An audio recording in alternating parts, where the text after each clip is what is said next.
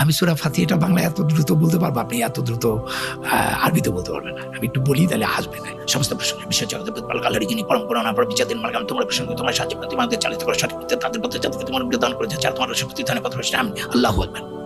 Does it mean what you are doing? ধুমধাম কি আওয়াজ করছি, এগুলো মানি আছে কোনো? কিন্তু সূরা ফাতিহার অনুবাদটা কি?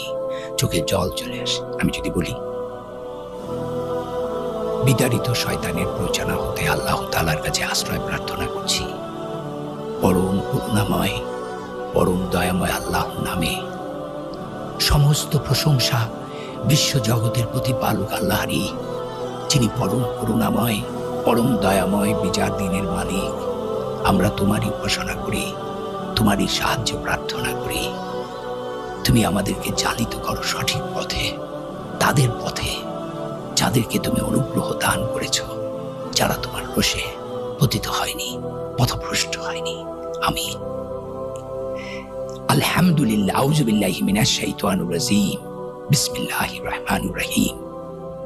আলহামদুলিল্লাহি রাব্বিল আলামিন আর রহমানির রহিম মালিকি ইয়াউমিদ্দিন ইয়াকা না'বুদু ওয়া ইয়াকা নাস্তাঈন ইহদিনাস সিরাতাল মুস্তাকিম সিরাতাল্লাযীনা আন'আমতা আলাইহিম গায়রিল মাগদুবি আলাইহিম ওয়ালাদ-দাল্লিন।